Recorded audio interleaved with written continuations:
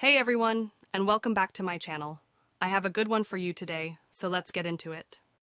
Dawn Champagne and Mona Champagne are married and have two children, Andrew and Allison. Mona is assertive and takes charge of their household, often asserting that the family's wealth was established with her parents' support, which sometimes undermines Dawn's accomplishments. Dawn owns Champagne Furniture and Rugs, a business he has worked hard to build. Recently, he hired Dusty, an attractive and ambitious young woman, as a sales representative without telling Mona. This decision introduces an element of secrecy into their marriage, complicating Dawn's personal and professional life as he navigates the dynamics of his relationship with Mona.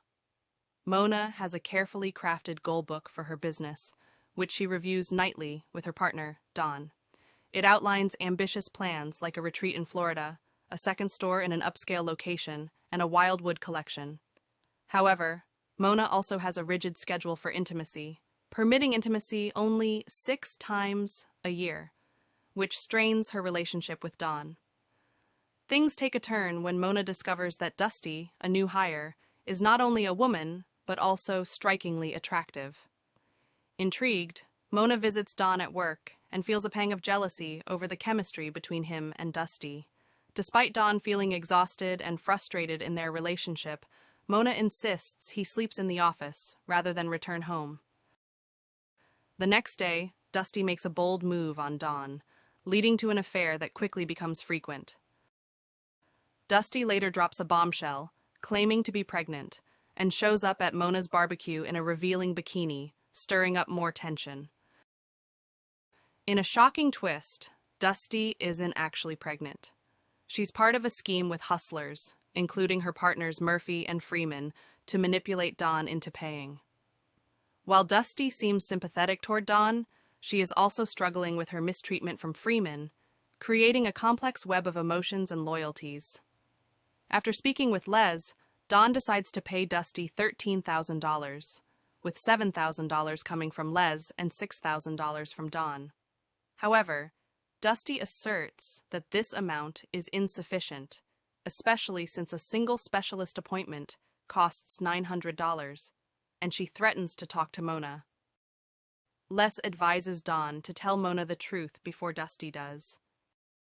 Dawn confesses to Mona, and she believes him when he states that he is still committed to their goals and does not want a divorce. Mona realizes that Dusty has no intention of ending the pregnancy. She urges Dawn to confront Dusty, but when he says he can't, Mona insists that she will take care of it herself. Dusty calls Dawn, having been prompted by Freeman, and asks for $25,000. Mona makes Dawn put the call on speaker so she can listen in. Dawn agrees to meet Dusty at a furniture store the following evening. Mona instructs Dawn to knock Dusty out and bring her back home so she can handle the situation. Dawn follows her instructions, but Dusty figures out that she's been drugged and attempts to escape from the store, only to lose consciousness. Once home, Dusty wakes up so Mona gets rid of her with a hammer. Dawn vomits in the kitchen while Mona disposes of Dusty's body and buries it in the garden. She also reveals to Dawn that Dusty wasn't even pregnant. With his friends Freeman and Benji, Murphy discovers that Dusty is missing. Suspecting something had gone wrong, they decide to confront Les at the store when he arrives for work the next morning.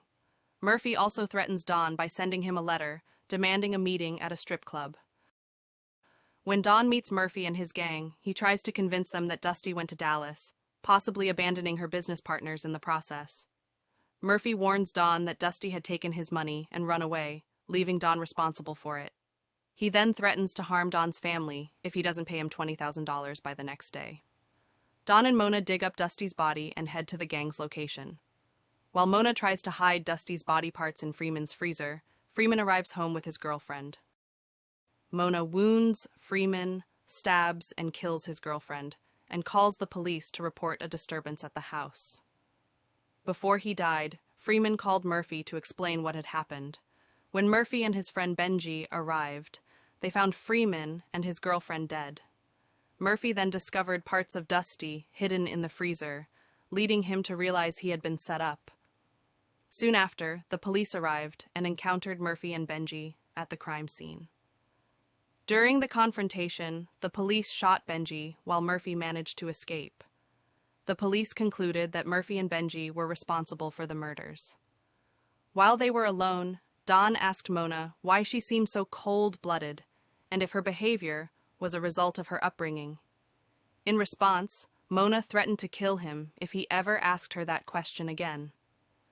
The following day, during a house party, Don discovered the neighbor's dog in his freezer, and Mona exhibited very antisocial behavior toward their guests. In a moment of desperation and fear, Don stages an accident to rid himself of Mona. After her death, he moves with his children to a new house, hoping to escape their troubled past. The scene shows them in the driveway, loading a new car as the sun sets behind them. As the film reaches its climax, Murphy, a figure of their dark history, chases after them. The screen suddenly fades to black, and the end credits roll. 2 gunshots disrupt the silence, followed by a long honk and children's terrified screams, implying that Murphy has caught up with Don, leading to a tragic resolution.